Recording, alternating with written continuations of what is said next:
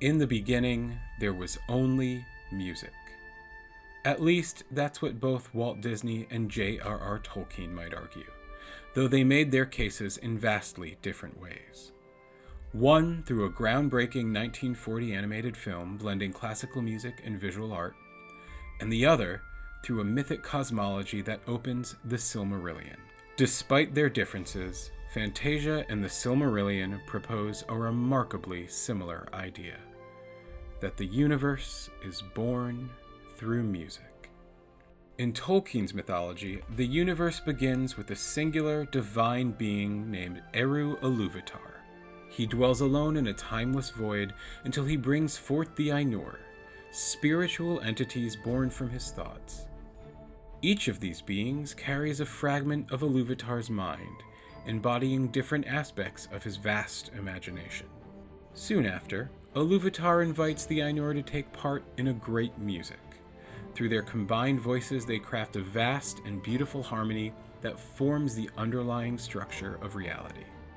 However, this unity does not last. One among them, Melkor, the most powerful, introduces his own ideas, seeking to reshape the music according to his will. His divergence causes discord within the harmony. Instead of erasing the conflict, Ilúvatar responds by composing new themes that absorb and transcend the disruption, weaving it into an even richer design. He then reveals to the Ainur a vision of the world their music has generated.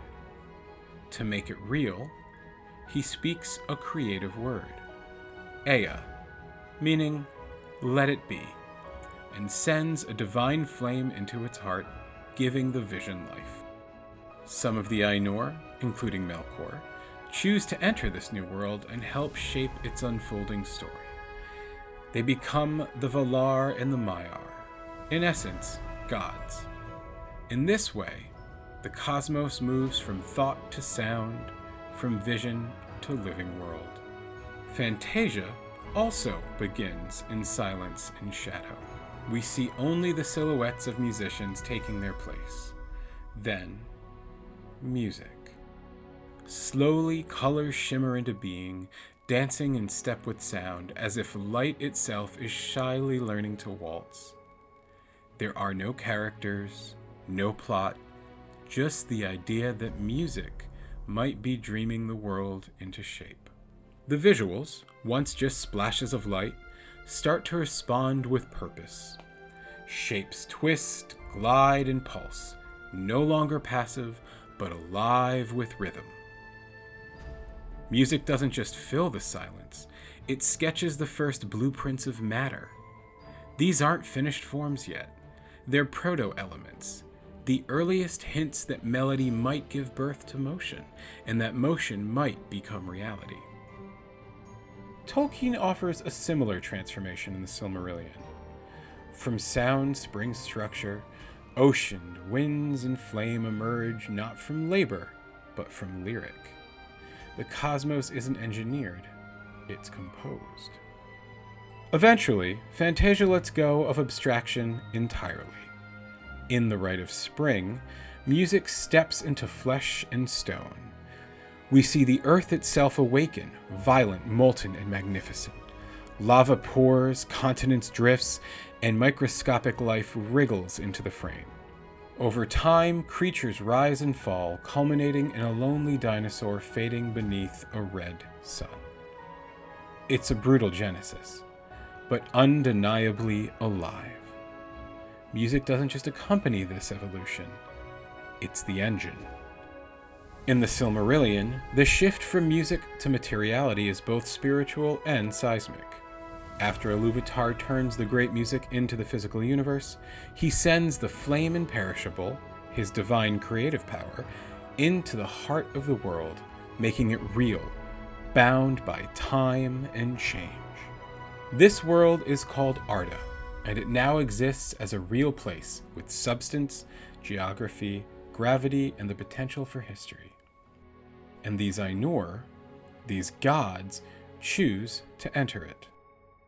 Once within Arda, they set about shaping the physical structure of the world, forming mountains, oceans, clouds, stars, fire, stone, and all the base elements one would need to create a planet. It's a long and collaborative effort, but not without conflict. Melkor, who also entered Arda, brought his own discord in tow.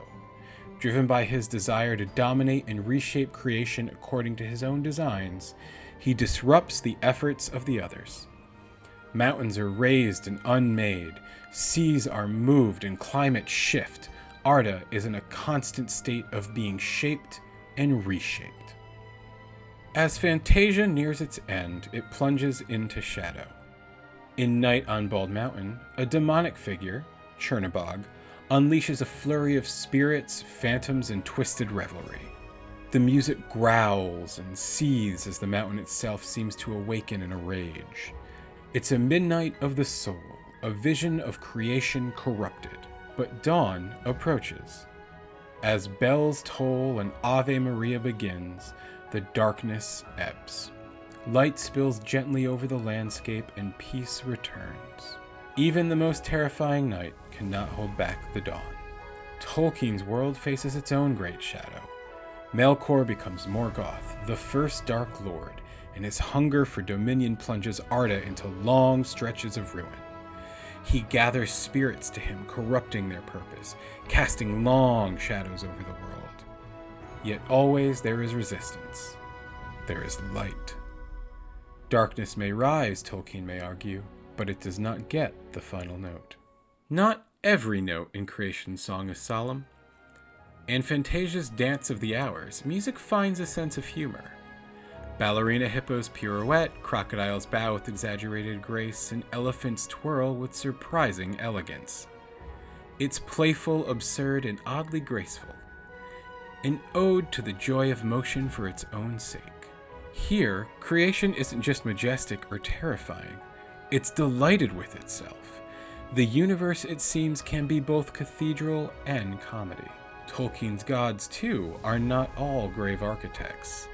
Some bring laughter, beauty, and lighthearted invention. Yavanna delights in growing things, trees that sing and flowers that glow. Aule shapes metals and mountains with the pride of a craftsman, even going so far as to create the dwarves in secret. These divine creators don't just labor, they revel in their making. In both tales, we're reminded that creation isn't only duty, it is also joy and whimsy and the simple, sacred pleasure of bringing something new into the world. Every act of creation has two key forces: the one who makes the world and the one who makes it known. In the Silmarillion, Ilúvatar breathes existence into the void with divine authority, but it is Tolkien who offers us a path to witness it. One conjures, the other interprets. Without Ilúvatar, there is no cosmos. Without Tolkien, we'd never see it. Fantasia operates on the same duality. The audience enters not through music alone, but through the voice of Deems Taylor. He is our host, not omnipotent, but omnipresent. Calm, conversational, and curiously unassuming, Taylor gives structure to the formless. He doesn't perform the music, he translates it. In this, he plays the Tolkien role, the interpreter of wonders. Leopold Stokowski, on the other hand, is the creative center, the axis around which the world spins. His presence on the podium is quiet but commanding.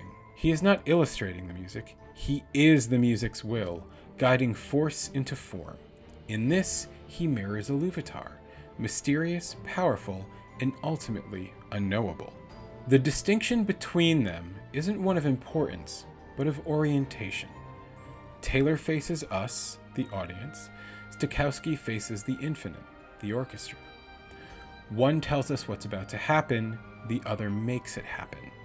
And just like Tolkien and Ilúvatar, neither could fully exist in this framework without the other. It takes both to build a myth. If Taylor and Stokowski echo the storyteller and the divine, then we, the audience, are the children of Ilúvatar. In Tolkien's myth, the Ainur compose the music and shape the world, but it's the children of Ilúvatar, the elves and men, that dwell within it, shape it further, and give it meaning through their experience. In Fantasia, we too arrive after the music has been conceived, but just in time to receive it. We aren't the composers or the conductors, we're the inheritors. Each burst of light, each tremor of sound reaches us as revelation. The world is not built for us to understand, it is built for us to wonder at, and in that we become part of its purpose. These are stories that do not rush to explain themselves. Fantasia offers no dialogue during its musical sequences, trusting that sound and image can speak to the soul more directly than words. The Silmarillion too often forgoes conventional character arcs or conversations in favor of tone, cadence, and mythic resonance. Tolkien describes not what a character thinks, but what a mountain feels like or how the air shimmered at the world's awakening. Tolkien was fascinated by what he called subcreation, the idea that to create within creation is noble, but also dangerous. Feanor's crafting of the Silmarils, Aule's forging of the dwarves, even Melkor's attempt to reshape the music, each reflects the double-edged power of making. Fantasia visualizes this tension perfectly in The Sorcerer's Apprentice, where Mickey Mouse, newly gifted with power, quickly loses control. Brooms multiply, water rises, and the enchantment overwhelms its wielder. Creation without humility can be a perilous path. Perhaps what binds these two works most is their shared reverence. They're not merely entertainments. They're invitations to feel small in the face of something vast. Fantasia invites us to see music as cosmos. Tolkien invites us to hear cosmos as music. Neither is content with easy answers.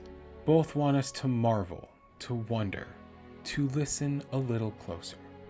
When we step back from both Fantasia and the Silmarillion, what we see is not just a tale of creation, but a revelation about the act of creation itself.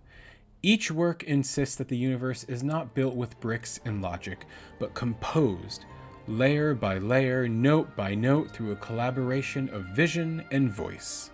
Tolkien and Taylor do not conjure the cosmos, but they bring it within reach. Ilúvatar and Stokowski do not explain what they make, they conduct it, letting the beauty and terror unfold without justification.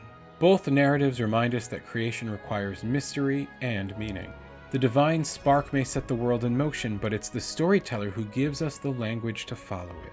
And we, the audience, are not passive in this process. We are the reason the music was written. The song is unfinished without someone to hear it, just as a world is incomplete without someone to live inside it and ask what it all means. Fantasia and the Silmarillion aren't just works of art, they're invitations to imagine a universe where the fundamental force isn't gravity or fire, but harmony.